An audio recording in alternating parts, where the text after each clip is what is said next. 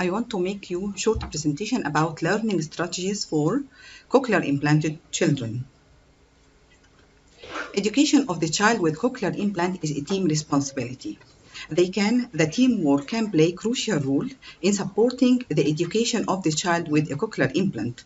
Communication between the educational and medical teams is essential to the child's success with his academic development.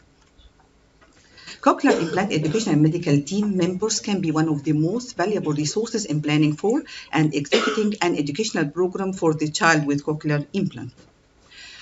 What can a child expect from a child with cochlear implant is depend upon the time the child has heard the sound. That's due to the time, that is the time since the CI activation.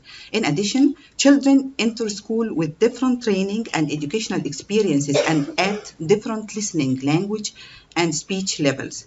Teachers and family will have worked intensively with team early on so that their listening, language, and learning skills are appropriate for the mainstream placement.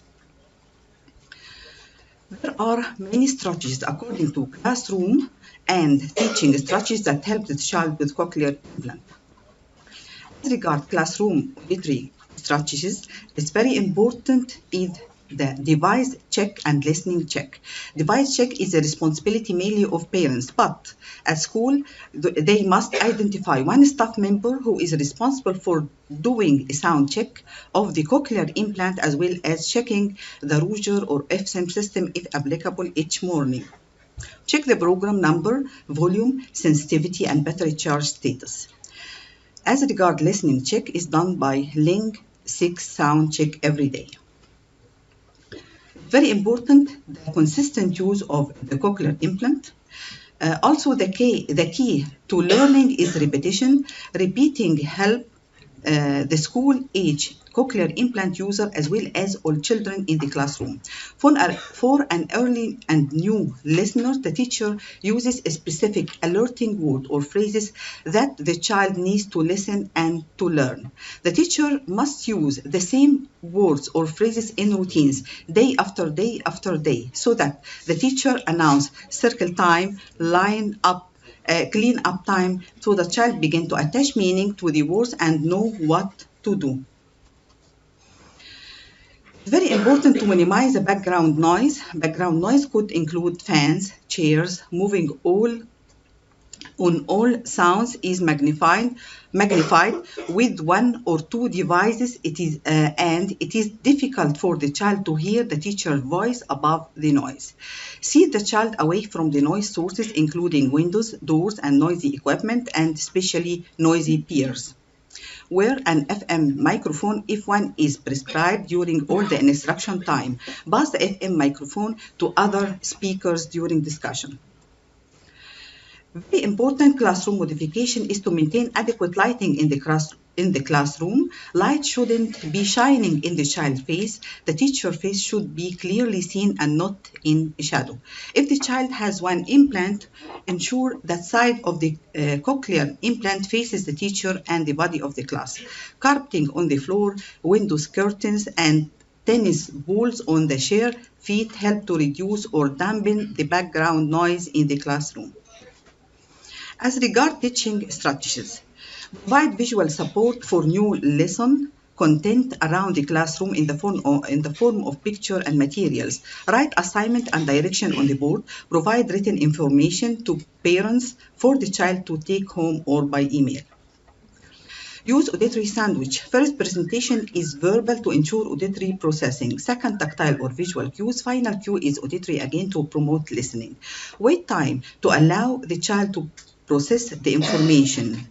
And use duration, intensity, and pitch to highlight words within phrases. This is called acoustic highlighting to increase listening and learning. This is enhance the audibility of the spoken message. Use the child name to gain his or her attention. Cueing is very important. Adjust the cueing as needed for comprehension. Do not use all of the cues all the day. Use little cueing for experienced listeners and much cueing for new listeners. As the language progresses, the child is listening to learn and content being presented and may need less cueing, less visual support, less of the written words, perhaps less signing. But to start out, the child will need a variety of cueing. Avoid asking, "Did you hear me? Did you understand me?" Instead, ask, "What did I say?" Repeat what child has said and expand to additional information. Encourage the child to ask questions. Complete comprehension checks by having the child repeat what have said. If the child has not understood the message, present the same information using different words.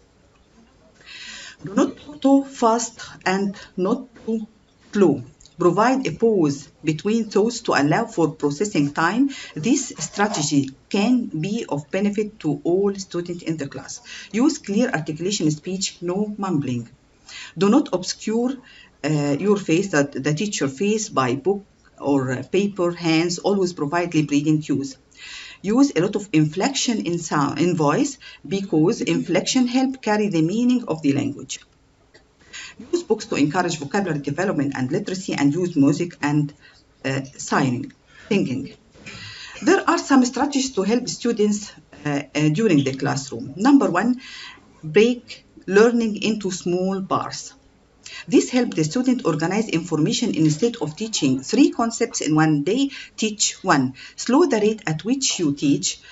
You may need to review the same topics multiple times. Start with the basic information and build up to more complex information.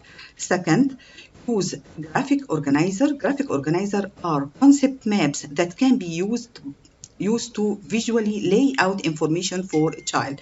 There are many examples of graphic organizer. Connect ideas of the story, organize the story, compare and contrast ideas, and finding the main idea and details.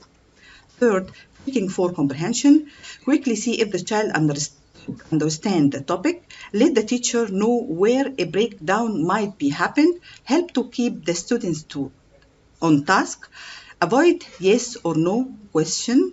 Have a student restate direction in his own words. Ask a question that will have the child think about the topic. Fourth, use small group discussion to minimize the distraction. Help the teacher to teach different levels within the classroom. While the teacher is working with one group, other groups can be working with each other to complete an activity. Small group discussion help to build basis for social skills that are needed later in life. To summarize, cochlear implants provide good access to sound across the speech spectrum or the sound frequencies that are important to hear speech. This early access to sound promote improved listening, language, speech, and literacy skills. Children with cochlear implants are now more likely to have language level that allow them to be educated in the mainstream classroom. Today's teachers are challenged to modify classroom environment and established teaching methods for those children. Teachers help children with cochlear implants learn to listen and eventually listen to learn. Children who have severe to profound sensory neural hearing loss now have the opportunity to be successful learner and communicator in mainstream classroom. Cochlear implants and other technologies and teachers who accept the challenge help children with cochlear implants achieve to their maximum potential in mainstream and special education classroom. Thank you.